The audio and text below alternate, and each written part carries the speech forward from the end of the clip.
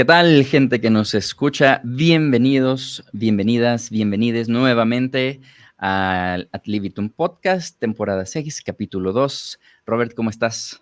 ¿Qué tal? Muy buenos días, buenas tardes, buenas noches, buenas madrugadas, buenas las horas en las que nos estén escuchando. Pues un nuevo episodio de esta sexta temporada. Muchas gracias por escuchar, por conectarse y por revisar este espacio.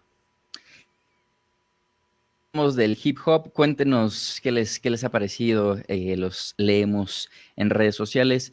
El tema del episodio número 2, pues va por otra vertiente que es la monocultura y yo diría, si es que existe la palabra pluricultura musical, de la distribución musical, pues que estamos viviendo, porque vaya que hay varios contrastes, ¿no, Robert? Sí, tiene que ver un montón con los consumos naturales y orgánicos, con los consumos que son de alguna forma impuestos, pero siempre relacionado con los datos, los números y la mano de la industria como tal. Además, pues, por supuesto, de todo lo orgánico que ocurre desde el consumo que se hace desde el yo, pues, o desde lo social, ¿no? Claro, y partamos de cómo vivíamos nosotros esta monocultura de la distribución musical, porque yo recuerdo, Robert, y ahorita tú me dirás cómo te llegaban a ti los gustos musicales, por medio de qué, pero yo recuerdo que cuando empecé a clavarme un poquito más con artistas o con música que a mí me gustaba, Mm. era básicamente MTV y en algún momento descubrí Reactor y me clavaba escuchando los programas. De ahí me redirigía a mi siempre confiable Ares de descarga ilegal y ahí podía pues empezar a generar un poquito como mis gustos musicales, porque claramente no todo lo que ponían en Reactor y no todo lo que ponían en MTV me gustaba, pero pues digamos que esas eran mis dos entradas y a veces ponía Alfa 91.3 porque de repente ponían que si Linkin Park, que si Gorillaz, pero eran como mis tres principales fuentes de, pues como de entrada, ¿no? Para mis gustos musicales. ¿A ti cómo te iba?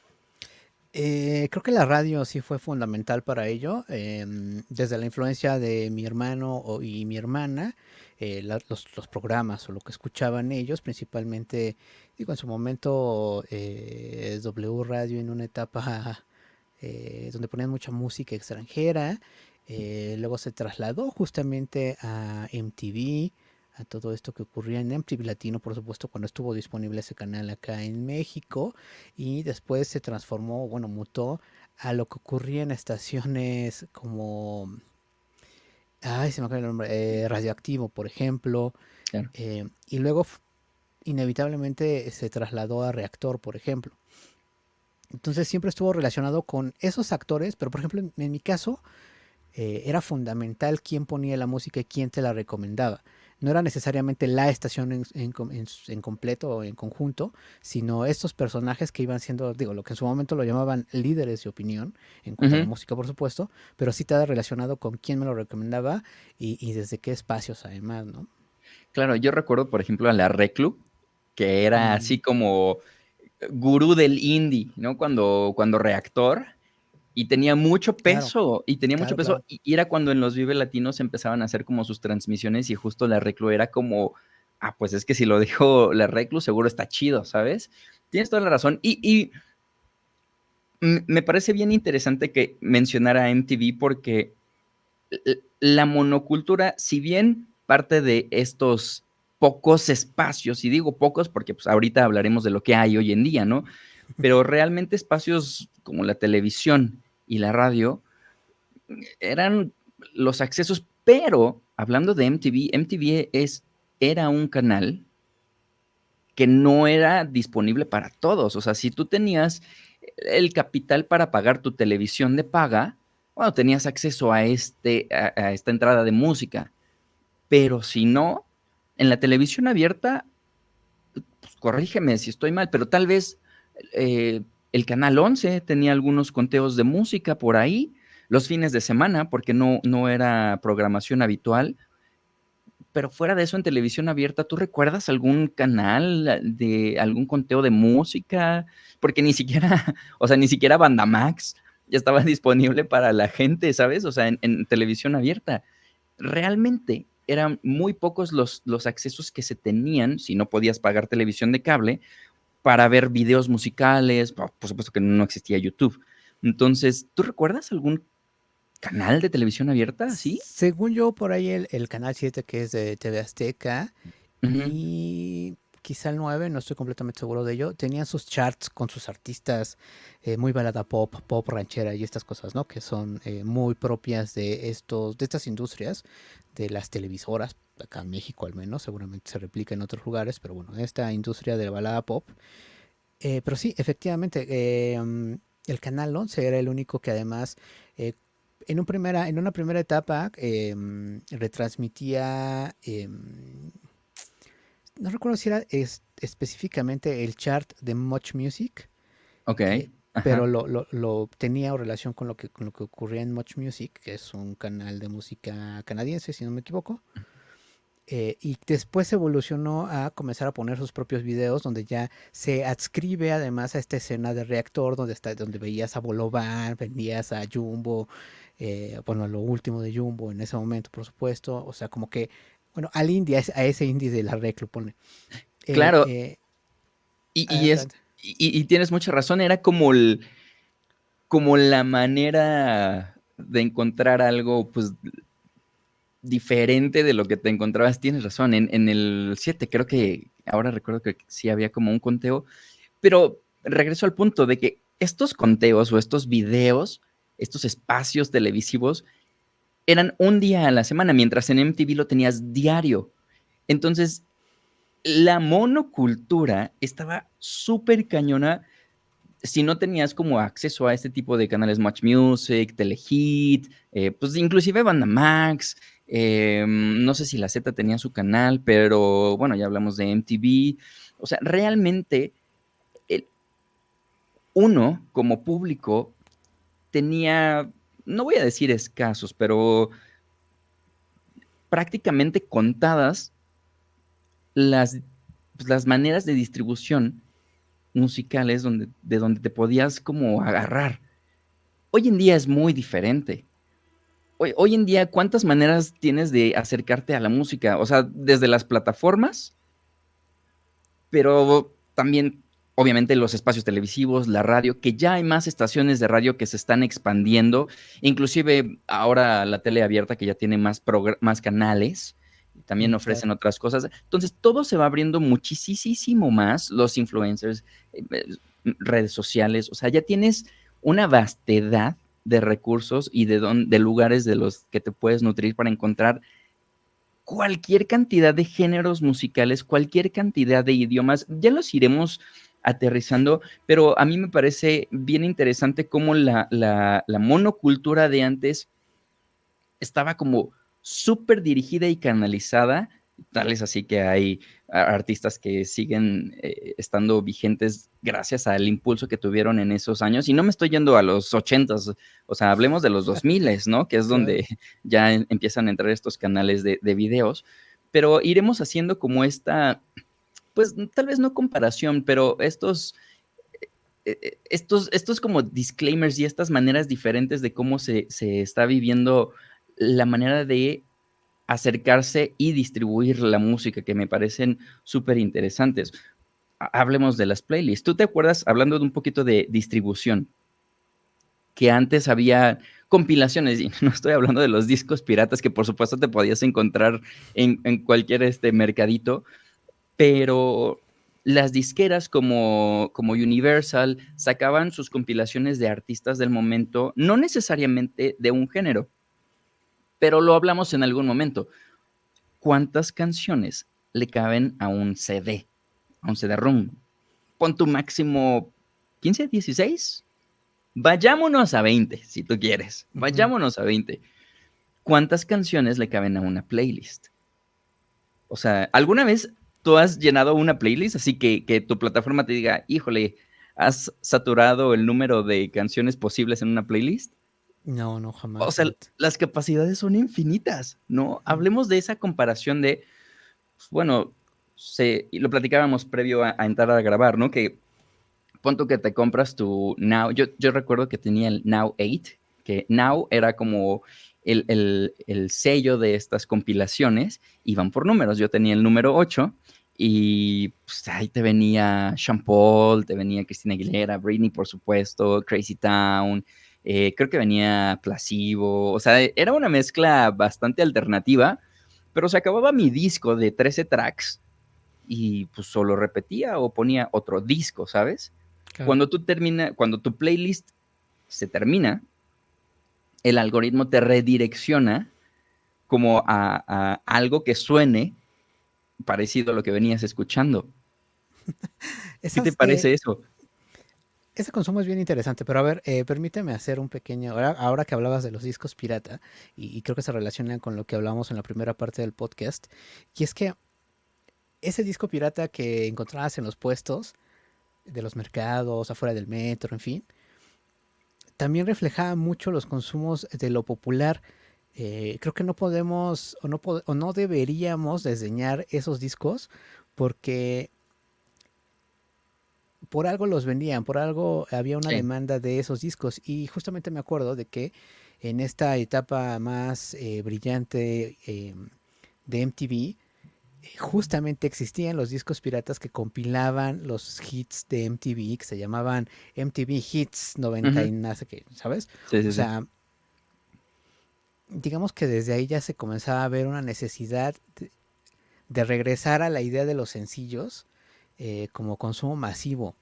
Ujú. Eh, que justo como consumidor ibas y decías, ah, bueno, quiero mi disco de para amanecer bailando, que eran todas las rolas de cumbia, salsa y demás, eh, o justamente ibas por tu track, digo, tu disco, las 10 alternativas de MTV, ¿no? O sea, comenzaba a focalizarse los consumos, que eso fue muy redituable para las industrias. Creo que ahora con las playlists, eh, siento que hay una falsa idea de democratización en términos de consumos porque justamente está guiado por por un algoritmo que te dice, como que yo siento que te va cerrando a un consumo, ¿no? O sea, si escuchas una canción de YouTube, bueno, te va a recomendar todo lo similar a YouTube, ¿no? Ujú. Y eso me parece un poco pues restrictivo, pese a que tienes así miles y miles y miles, creo que ahí está el problema, como tienes miles y miles, más bien millones de canciones, una curaduría por ti mismo sería prácticamente titánica, ¿no? O sea, voy a escuchar, como dice el meme, el post-punk serbio más underground, pues jamás lo vas a encontrar, ¿no? O sea, lo que sí era interesante de la monocultura por ahí de los 80 y 90 es que había justamente personajes con los que conectabas en cuanto a gustos musicales o ideologías y esa era la referencia. Ahora con las playlists, la libertad pues se queda entre comillas porque ahora quien te dice es el algoritmo, pero pues ese algoritmo se supone que está construido a partir de tus gustos musicales. Pero lo negativo es que te cierras a tus gustos musicales, ¿no? O sea, me parece que hay en la balanza hay un lugar muy luminoso y un lugar muy oscuro en cuanto a las playlists y a los consumos en ese tipo de plataformas. Pasa lo mismo en YouTube. Si ves un video de lo que sea, pues te va a recomendar, pero quizás llegaste a ese video porque estabas haciendo una investigación de cualquier otra cosa y ahora te van a recomendar eso, ¿sabes? O sea, creo que es restrictivo y creo que hay una falsa idea de libertad en las playlists, que aunque también había una falsa libertad en cuanto a los consumos en los medios de radio, televisión, MTV y demás, me parece un poco más vil la de plataformas digitales porque te hace creer que realmente tienes el poder, ¿no? No lo sé, porque mira, ahí te va. O sea, por supuesto que cuando existían estas compilaciones, y ahorita estaba recordando los MP3, que era cuando ya podías tener tus 50, 70, tal vez hasta 100 canciones. Oye, En for- perdón, voy a interrumpirte aquí, me disculpo, pero nada más sí. para abonar a la anécdota de estos discos que se llamaban Now That's What I Call Music. Pues justamente el más reciente es el número 89. Si me da Órale, unos minutos, ahorita les digo de qué va, pero adelante digo, perdón por órale. interrumpirte. Sí, o sea, vuelvo al punto, ¿no? Tenías 100, pon tú en formato MP3, canciones diferentes, Pero aquí te va la parte de la monocultura en donde, sí, por supuesto, te estás hablando de la salsa y todo esto, ¿no? Que es como un aspecto más latino. Ujú. Em, pero en grandes masas, la monocultura estaba muy, muy enfocada a las canciones en inglés o a los artistas que hacían música en inglés. Creo que, perdón, parte de la ahora pluriculturalidad sí tiene un poquito más de libertad en el sentido, y se ve reflejado muchísimo en lo que estamos viviendo hoy día, y es más, desde hace unos 5 o 6 años con el K-pop. O sea, por supuesto, sí tenías artistas pop como Britney, como Christina Aguilera, como Madonna y tal, que estaban pues, focalizadas a cantar en inglés. Y sin embargo, en los últimos años hemos visto que pues, el K-pop ha agarrado muchísima fama, muchísima popularidad al grado de que, digo, yo sé que puede sonar una tontería, pero en el Met Gala de este año, pues artistas K-pop fueron invitados cuando pues es un evento totalmente gringo. ¿Y eso a qué obedece? A que la gente está consumiendo algo que ya no es dominio de habla inglesa, ¿no? Eso me parece bien importante porque te habla de que sí hubo una opción y el público lo tomó. O sea, salió el K-pop, se expuso y hubo muchas personas sin hablar el idioma que lo adoptaron y se empezaron a convertir en millones y es un fenómeno mundial. Lo hemos platicado también en episodios anteriores. Y más recientemente, ¿qué está pasando con el artista latino que está agarrando un empuje tremendo? Y no nada más el latino, pero los cantantes en español, como la Rosalía, que se empiezan a volver fenómenos mundiales y que en un Grammy, en unos premios Grammy, pues Bad Bunny y Rosalía son eventos principales. Cuando antes tenías pues a Beyoncé o a quien tú quieras nombrar, ¿no? Taylor Swift, bueno, no, porque creo que ya no ha estado, pero Dua Lipa, ¿no? Por ponerte algo que se empieza a diversificar y vuelvo al punto. Empieza a salir la onda del urbano como propuesta y ahí se queda, pero la gente lo empieza a adoptar. Entonces, si bien hay un algoritmo en inglés que te va a decir, sí, sí, sí, mira, pero acá tienes justo a Taylor Swift, a Billie Eilish, que son nuevos artistas, que son indie pop y te van a gustar, pero mucha gente está optando a través de la libertad de poder escoger dentro de toda esta masa de géneros y artistas, quedarse no solamente con música en inglés. Eso me parece brillante. Hay mucha música portuguesa que también se empieza a consumir, empieza a tomar cada vez más empuje.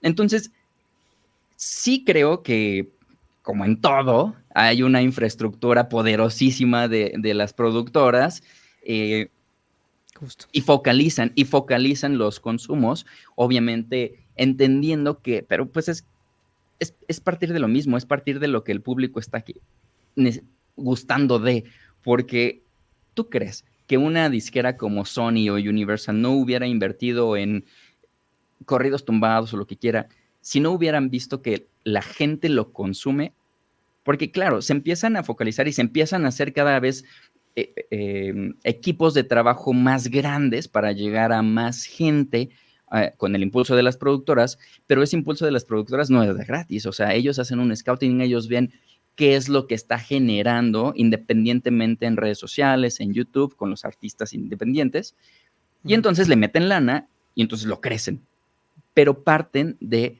que la gente está optando por eso.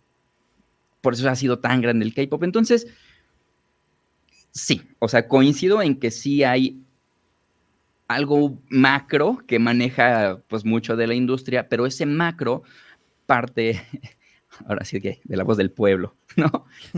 Del Entonces, pueblo bueno. sí, sí, sí. Y obviamente eso se expone y se explota, por supuesto, pero parte de la libertad que está teniendo la gente de poder decidir más allá de lo que le avienta el algoritmo, porque sí, por supuesto que el algoritmo te va a aventar a Taylor Swift porque es el fenómeno mundial que ahorita ya está conquistando Europa haciendo estadios, no en venues chiquitos como suele pasar con algunos artistas gringos, ¿no? Que aquí son como grandes exponentes, se van a Europa y tienen que tocar en venues un poquito más chiquitos. Bueno, por supuesto que tu Spotify, tu Apple Music o lo que escuches te va a redirigir a Taylor Swift y al nuevo disco, ¿no? Que sacó, o Dua Lipa o Billie. pero tienes la opción, que tal vez son los menos, pero si gustas de la música, puedes decir, no, ¿sabes qué? No quiero. Y mejor voy a escuchar a, no sé, Danny Ocean, que es en español. O, ¿sabes qué? Pues mejor voy a escuchar a Polo y Pan, ¿no? Que son franceses. Entonces, empiezas a tener como un poquito más de variedad y yo creo que sí tienes opción. Por supuesto, en el ajetreo diario no siempre tienes el momento para detenerte a escuchar de que tal vez esto sí. Y en el trabajo tal vez dejas la playlist y entra el algoritmo y ya empiezas a irte como por un rumbo que te direcciona o al que te dirige el algoritmo, pero sí creo que hay la opción de decir, espérame, esto ya no me gusta, lo voy a cambiar, ¿no? Mm, sí, o sea, sí estoy de acuerdo con ello. O sea, yo sí creo que lo que va o se va volviendo masivo o interesante en la música, sí necesariamente viene de una expresión popular, de una expresión natural, de una evolución a ras de piso de la música, principalmente de los jóvenes, creo. Pero también creo que la industria es lo suficientemente vil como para hacernos pensar que es nuestra decisión escuchar K-pop o no es nuestra decisión escuchar corrido tumbado, cuando no es natural, me parece, Ujú. que los consumos de la música vayan hacia esos lugares de manera masiva. Me voy a ir para atrás un poco, muy atrás, por ahí de los 30, Ok. 40, quizá más para acá. Quizás estoy Ajá. exagerando, pero bueno, a ver, creo que este ejemplo ya lo he dicho algunas veces. Cuando la música de los bluseros negros comenzaba del delta del Mississippi, principalmente comenzaba a tener oídos en las comunidades blancas, Ujú. las disqueras creaban una falsa idea de escena musical. Entonces, eh, si una disquera firmaba a uno de estos bluseros y era muy exitoso, venía otra disquera a firmar al mismo artista, pero publicaba ese sencillo o ese número de sencillos o canciones con otro nombre, aunque era el mismo artista, ¿no? Y así como lo hacían dos disqueras, pues venía una tercera, una cuarta y una quinta, y entonces de manera no natural se creaba una escena con un sonido similar, aunque era el mismo artista con distintos nombres, ¿no? Ujú. Es, digamos que de manera de protoindustria, ya había una manipulación del público a decirle, aquí viene una industria, digo, una idea de colectivo, de música que se está creando con las mismas ideas, con los mismos parámetros, incluso el estilo, para decirte, pues si te gusta esto, consume todo esto, y aunque te lo vendían con distintos nombres era exactamente lo mismo. No digo que sea bueno o malo en términos de consumo, pero en términos de industria sí me parece un poco vil eh, eso, ¿no? O sea, en lugar de apostar por hacer crecer a otros músicos o intentar la evolución de ese estilo hacia otros lugares que también fueran propicios para comercializar, sobre todo en las comunidades blancas, pues no, era más bien, ¿para qué le meto dinero a algo que no sé si va a tener éxito? Si sé que este blusero que ya funciona, eh, pues va a tener otro hit con esas comunidades. Eso en primera instancia. Ajá. No, adelante, Cresas. No, no, no, dime, dime, dime. Luego, justo cuando viene como la etapa dorada de la monocultura, donde eh, todos escuchaban la misma canción, tanto en la radio, en la televisión, en las películas, en las premiaciones, o sea, en los supermercados, en todos lados escuchabas una canción. Me parece que llamarlo monocultura me parece que es una especie de lavado de imagen para la industria, porque no creo necesariamente que los consumos desde nuestros contextos conectemos igual con una misma canción. Lo decíamos en el episodio de hip hop. Pues quizá el hip hop más de la vieja escuela, con todo el slang y la carga cultural, pues era difícil que un mexicano con un nivel básico o casi nulo de inglés conectara con esos discursos. Más bien, eh, la mano de la industria venía a decirnos, esto es lo que hay que escuchar si te gusta la buena música o si te gusta X o si eres contracultural o si eres lo que sea. Esto es lo que tienes que escuchar y entonces venía estas payolas tan sonadas y le pagaba al programador de la radio, al programador de Ujú. la televisión, para colocarlo en todos lados, ¿no? Eso sumado a pues estos otros institutos o no sé cómo llamarlos, que funcionan como curaduría para lugares públicos como restaurantes, supermercados, tiendas, demás, donde te decían, te doy una lanita, pero ponte este playlist o ponte este disco. O sea, no creo que sea natural la monocultura porque no consumimos de música de manera eh, similar o monótona aquí como en China, como en Estados Unidos. Esa parte también me parece bastante vil y esto cosa de llamarlo monocultura me parece más bien un lavado de todas las cosas turbias que se hicieron en la industria para hacernos creer en su momento, por ejemplo, que Milli Vanilli era un proyecto original y Ajá. honesto y demás, ¿no? O sea, creo que han construido muchos personajes y muchos perfiles a partir de el poder económico. Y si lo trasladamos a las playlists, pues creo Ajá. que funciona exactamente igual. O sea, sí podemos elegir qué canción del post-punk serbio, pero llegar a ese post-punk serbio va a ser casi prácticamente imposible, lo decía en mi intervención anterior. Ujú. Entonces el algoritmo te va a decir, mira, vete por acá, este catálogo de YouTube que es de Universal o de EMI o de Sony. O sea, difícilmente el algoritmo va a salir de esos estadios de industria y te va a recomendar el post-punk serbio, ¿sabes? Tal vez, pero, por ejemplo, y me voy un poquito a el programa de radio pasado que tuvimos, que por cierto, si no nos han escuchado, Sí, porfa.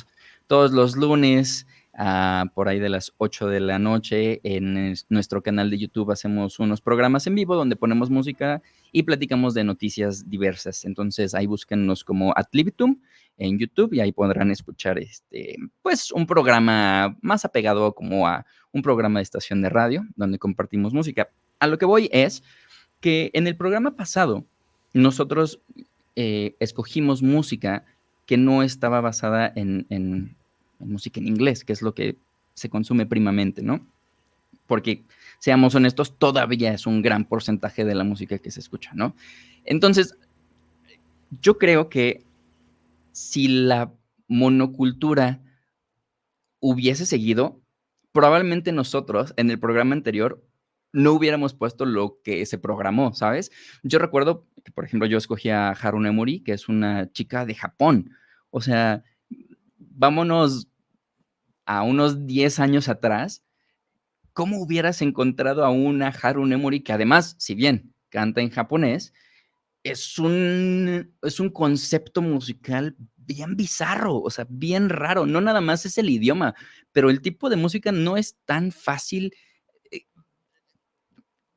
para que un sello discográfico acepte distribuirlo, de cualquier manera, ¿no? Ahora, también está la parte en que, lo decías hace ratito, ¿no?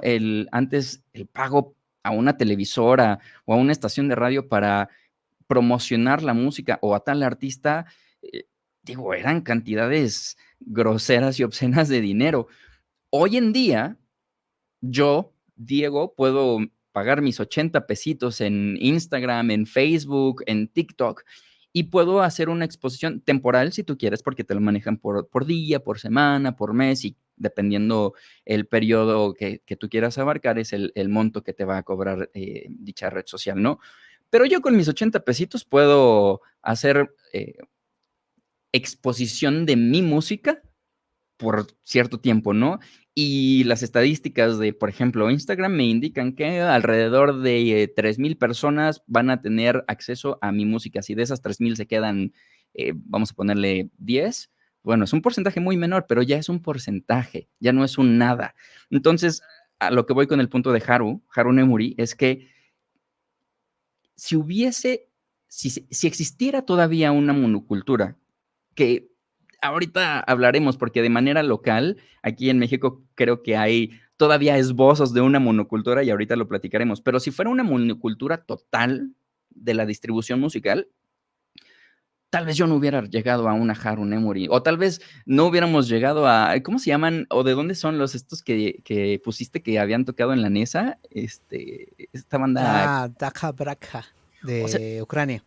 ¿cómo hubieras llegado a este tipo de proyectos que además de todo, insisto, no es nada más el idioma, el concepto musical que traen no es como que fuera fácil de apostarle siendo una, no sé, una productora grande. Sin embargo, pues han cruzado el charco y llegan hasta acá y pues tan han sido bien recibidos que estos chicos que mencionaste ya vinieron a México, ya tocaron, eh, y eso no es tan sencillo. Entonces creo que la pluriculturalidad que cada vez va abarcando más, o sea, francés, y además de los idiomas, los conceptos musicales, o sea, yo recuerdo que de Mars Volta era algo como súper innovador en su momento y tal, y ahora hay cosas que tal vez uno no comprende, pero ahí están, ¿no? Lo que antes se llamaba noise, y hoy te encuentras tantos también venues que puedes encontrar un montón de proyectos bien diferentes. Creo que otra parte importante de la pluriculturalidad musical, o bueno, hablemos del gran avance que está habiendo en cuanto a terminar con una monocultura, son los festivales en el mundo. Pero digo, eh, basémonos en lo que pasa en nuestro país, México. O sea, vete por ahí del 2007. O sea, y estoy seguro que hay muchas generaciones que nacieron en los 2005, 2010 que todavía tienen esta información. O sea, era un Vive Latino, era un Motorrocker, era un que además de todo fueron mutando, que eran Corona Fest, Motorrocker, Coca-Cola Zero Fest, hasta que se fueron como estableciendo como Corona Capital, como Tecate y lo que tú quieras. Pero antes era la monocultura de pues lo que te programa el Vive Latino y ahí vas viendo, ¿no? Ahora, en nuestro país, no solamente hay varios festivales para la escena indie, pero también hay ahora la escena pop con el emblema. HCBC está organizando un festival con puras mujeres, Ujú. artistas. Se incluyen artistas no sé, gays, queers, LGBT. Entonces se empieza a abarcar cada vez más. Los festivales empiezan a durar más días por consecuencia. Y si bien podemos hablar de una maquinaria de dinero, porque pues a final de cuentas es lo que es, y es lo que viene siendo la música y cualquier parte de entretenimiento a lo que llamemos arte, ¿no? El fin es entretener, creo yo, ¿no? O sea, ya podemos entrar como otros conceptos más intelectuales y debatir sobre esas cosas, pero que a pesar de ser un modelo de negocios, empiezan a entender las necesidades y empiecen a entender lo que la gente también está buscando y se ha incorporado en estos festivales y cada vez haya más y en más lugares, está bastante cool. Yo vengo muy contreras, mano. A ver, cuéntame. Es que, a ver, digo, para hilarlo con el tema de los festivales, yo, por ejemplo, aunque hay más festivales, no veo necesariamente una rotación que abone a que las industrias o la industria musical evolucione. Vive Latino sigue siendo el mismo cartel desde el día uno, o sea, no ha habido rotación en los headliners, los chiquitos siempre son los de intolerancia y los que recomiendan esas élites de lo independiente, que sí, ponen cosas maravillosas y cosas muy interesantes, pero esos escenarios en los que se desarrollan esos artistas, pues realmente no tienen la repercusión de un escenario más grande porque no tienen ni el trabajo de medios que podría tener un Caifanes en Vive Latino Ujú. o Café Tacuba o Zoe. Pues entonces su alcance se queda como en lo mismo, ¿no? Como rellenar el cartel. Aunque por supuesto llevan a sus 200, 300 personas que estén ahí desde las 2 de la tarde para ver a esa banda y responden de manera brillante a ese público, pues en realidad el festival no está abonando para que estas bandas realmente tengan un desarrollo. En mi trabajo me llegando, pues sí, ya toqué en un Vive Latino, pues no te conocía, o sea, y no estuviera dentro o al pendiente de este festival, sino que no pasó absolutamente nada después de eso. Entonces, el festival sigue siendo el mismo para las élites de la industria musical mexicana en cuanto al rock, porque además ahora le meten artistas extranjeros. Ujú. Lo que también está muy bien, ¿eh? Lo que está chido. Sí, pero saliendo, mira, saliendo de la monocultura del festival, que llamémosle Vive Latino y Corona Capital, o sea, tienes festivales como ahora el Hipnosis, que acaba de revelar su line-up para este año, que son artistas bastante más diferentes de lo que te podrías encontrar en un Vive Latino. Es más, ¿cómo se llama el festival este que se hace en las estacas? ¿Baidora? El Baidora, ajá. O sea, también te encuentras propuestas que no necesariamente te vas a encontrar en un Corona, un Tecate, porque coincido contigo, lo que te puedes encontrar en un Vive Latino, muy probablemente te vas a encontrar en un Corona y muy probablemente si vas a Monterrey te vas a encontrar en un Tecate, ¿no? Y eso coincido. Sin embargo, saliendo de la monocultura del festival, que es parte de la distribución de la música, o sea, tienes otros proyectos, tienes otros festivales más pequeños, eso lo entiendo, y tal vez con menos exposición, eso también lo entiendo, pero exposición al final hay para que tú puedas decir, ah, ok, esto es diferente. No sé, no conozco, pero pues voy a ver, ¿no? Digo, alguien que tenga el interés de hacerlo, por supuesto, parto de ahí. Pero sí hay festivales de otro índole que se abren un poquito más, ¿no? Estos festivales nuevos de techno, que no me refiero a los raves, pero Mm. que hay un venue y entonces deciden hacer como un line-up especial y todo esto, ¿no? Los boiler rooms que se están retomando. Entonces empieza, como hay escena para todos, también empieza a haber festivales un poco para todos. No sé, se me ocurre el festival de metal, Hell and Heaven, o el NotFest, que, a ver, la organización y esas cosas son aparte, pero está Ese es la otro opción. tema, ¿eh? Sí, sí, totalmente de acuerdo. Pero la opción para el metalero está. La opción para la persona que gusta del tecno está. Para quien gusta de cosas psicodélicas, pues ahí tienen al Hipnosis, ¿no? Y bueno, si te gusta el mainstream, pues ahí tienes chorrocientos mil festivales en la Ciudad de México, Monterrey y Jalisco, que pues ahí puedes pagar tu boletito y vas a escuchar lo que pues, se va a programar en muchas partes, ¿no?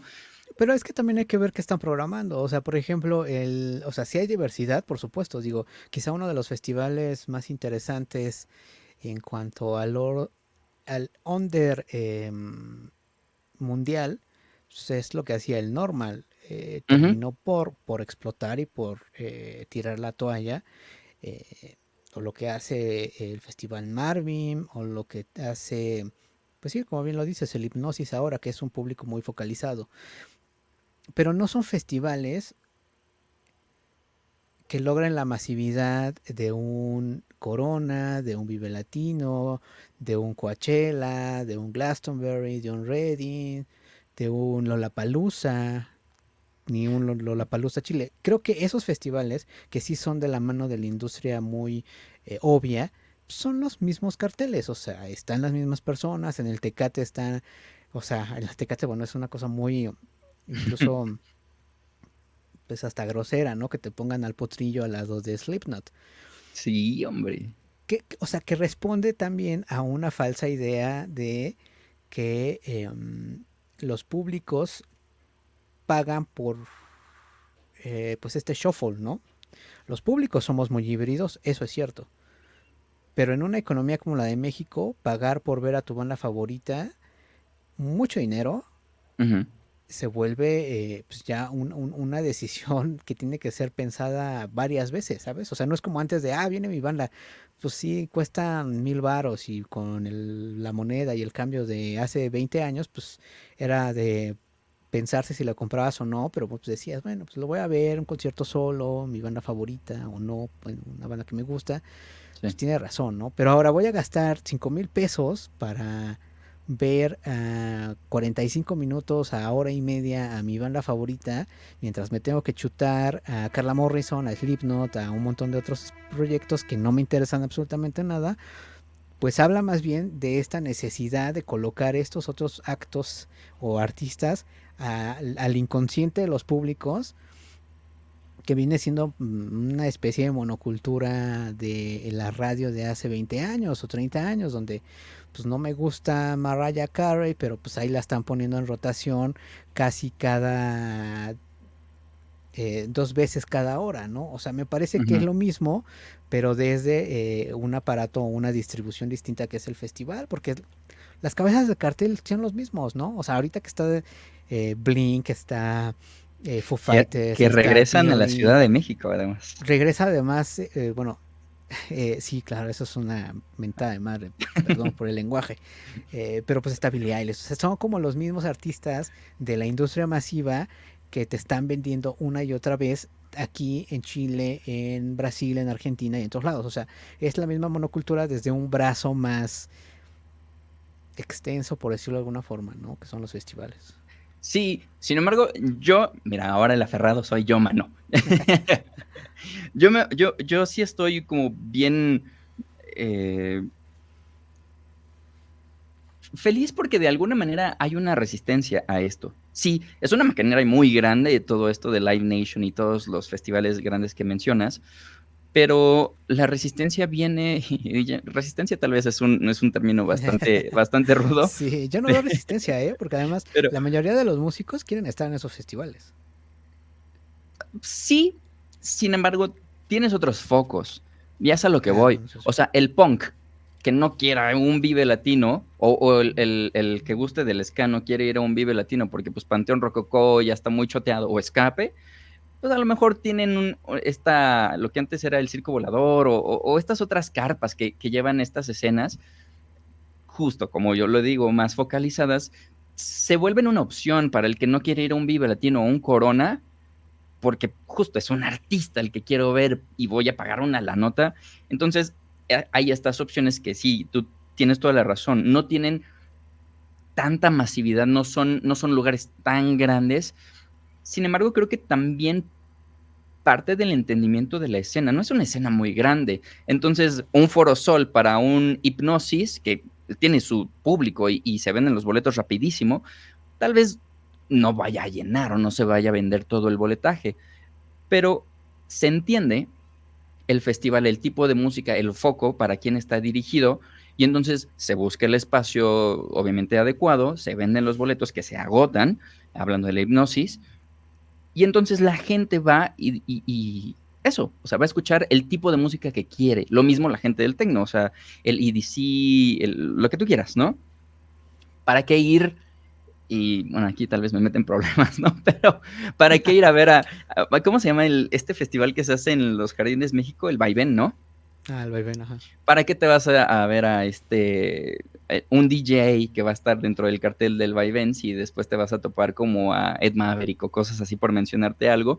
Si tienes un EDC donde vas a tener todo un line-up del tipo de música que quieres, y yo sé que dentro de todos los géneros hay artistas que no nos gusten, ¿no? Es perfectamente comprensible, pero si yo no quiero pagar un boleto en el Vaivén solo para ver este DJ, mejor me pago un boleto para este festival que está muy enfocado al tipo de música que yo suelo consumir. Entonces, creo que haya estas opciones más grandes o menos, porque pues, el EDC no es cosa chica, Ujú.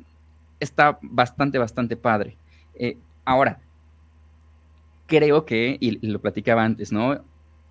Todavía hay un poco de monocultura y se ve desde lo más ridículo del mundo, como una boda, unos 15 años, una primera comunión.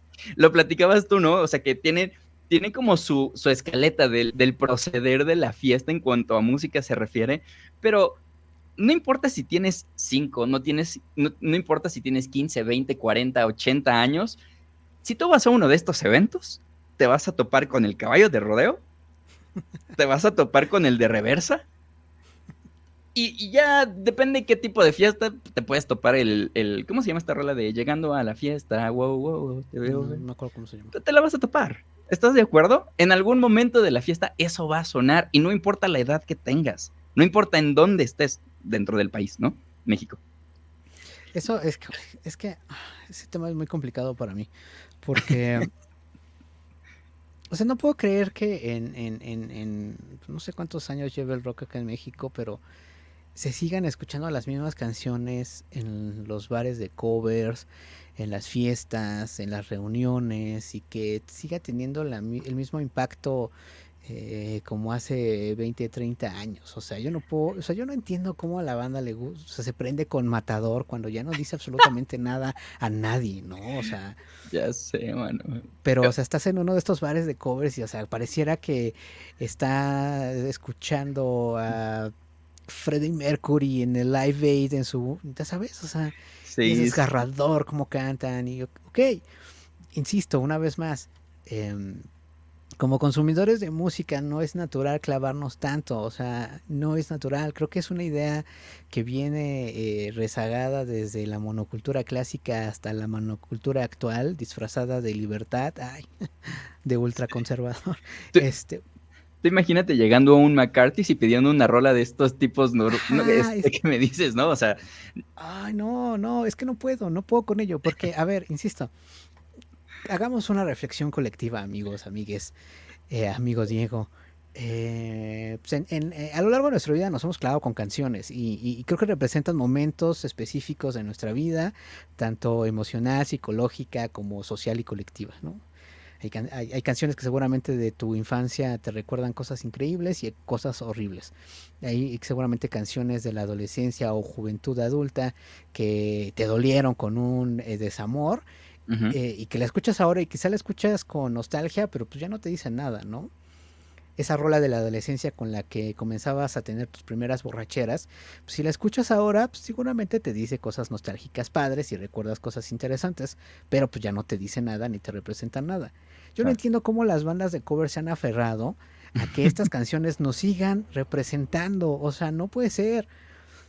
Digo, yo creo, digo, en un estado etílico y escuchas tu canción favorita de la secundaria, pues sí entiendo la reacción, pues, pero ya no tendría por qué representarte nada, ¿sabes? Claro, pero es algo que puede suceder en una fiesta, en una reunión en tu casa, ¿sabes? Si tú lo pones y vas a Claro. hacer contacto con eso, eso, pues, punto que sea muy válido, pero ir a un lugar, pues ya, donde van diferentes personalidades, que, a ver, los bares también están muy focalizados, pero bueno, ese es otro tema.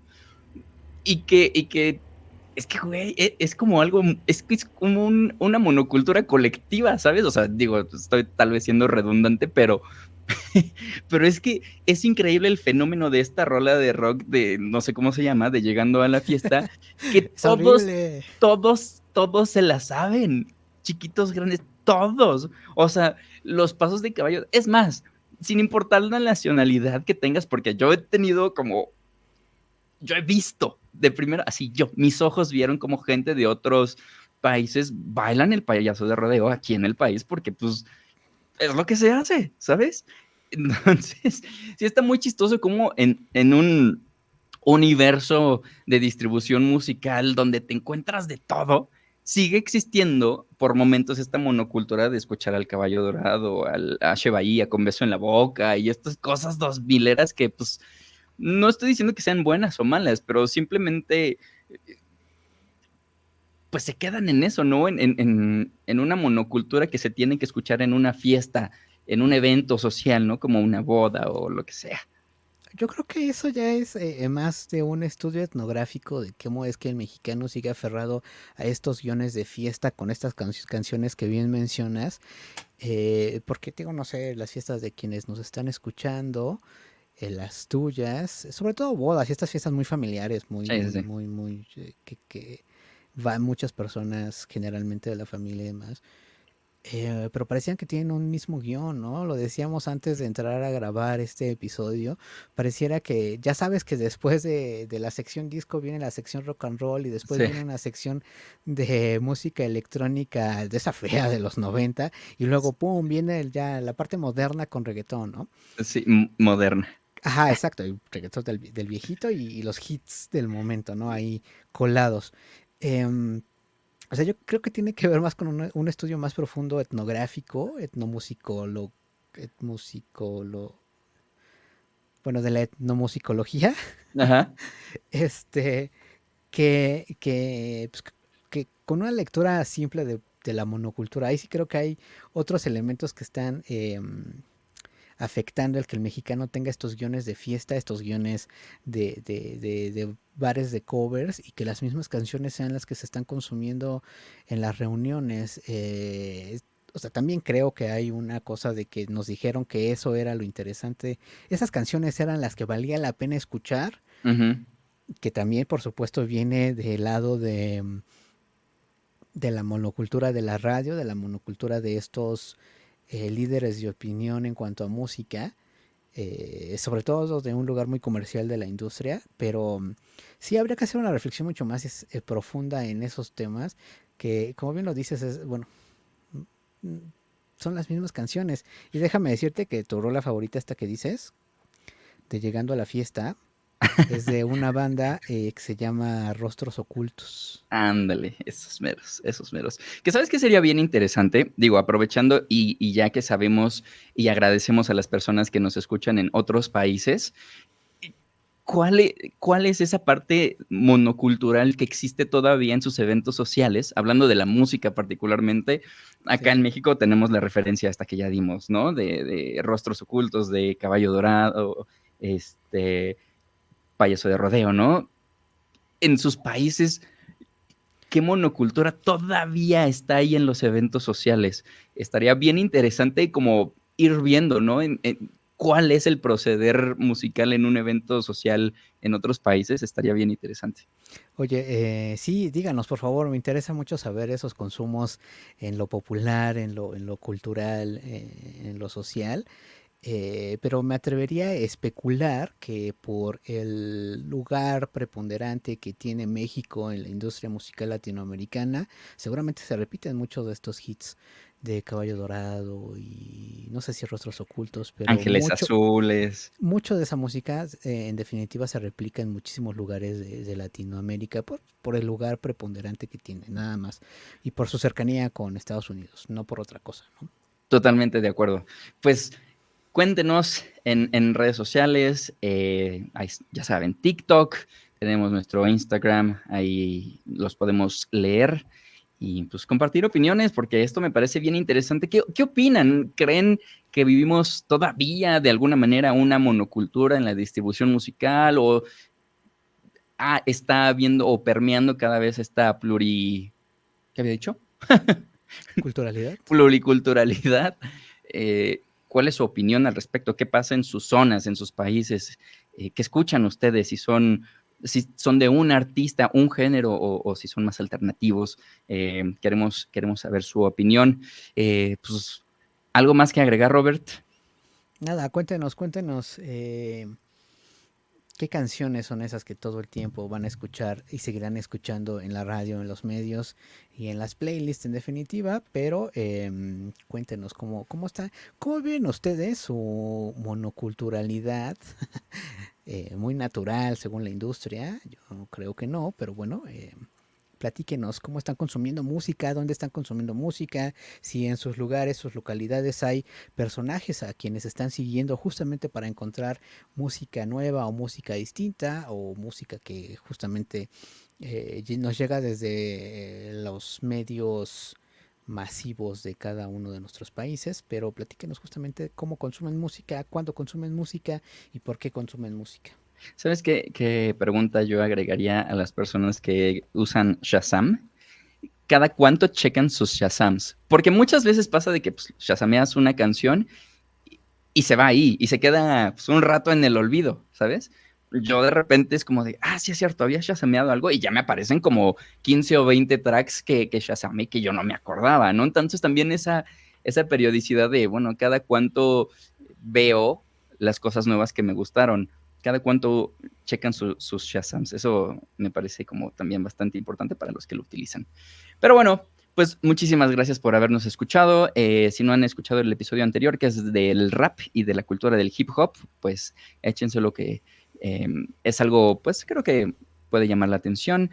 Estén pendientes de nuestro canal de YouTube para futuros programas y en vivo. Y poco más que agregar. Muchísimas gracias por haber llegado hasta acá. Nos vemos en un próximo episodio. Chau, chau. Muchas gracias, bye.